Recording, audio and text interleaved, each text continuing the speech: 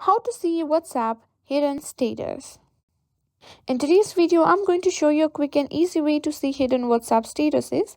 If you've ever been curious about someone's status but can't find it, stick around because I've got the solution for you, so let's jump right in. First things first, open your WhatsApp and simply go to the updates or the WhatsApp status section. The first thing to do is check if the status is actually hidden from you. And see if the person's status is missing. If it is, they might have adjusted their privacy settings as well, or you might have muted them. Uh, to find the hidden updates, simply tap on muted, and as you can see here, you have your muted updates. Simply tap to choose and see.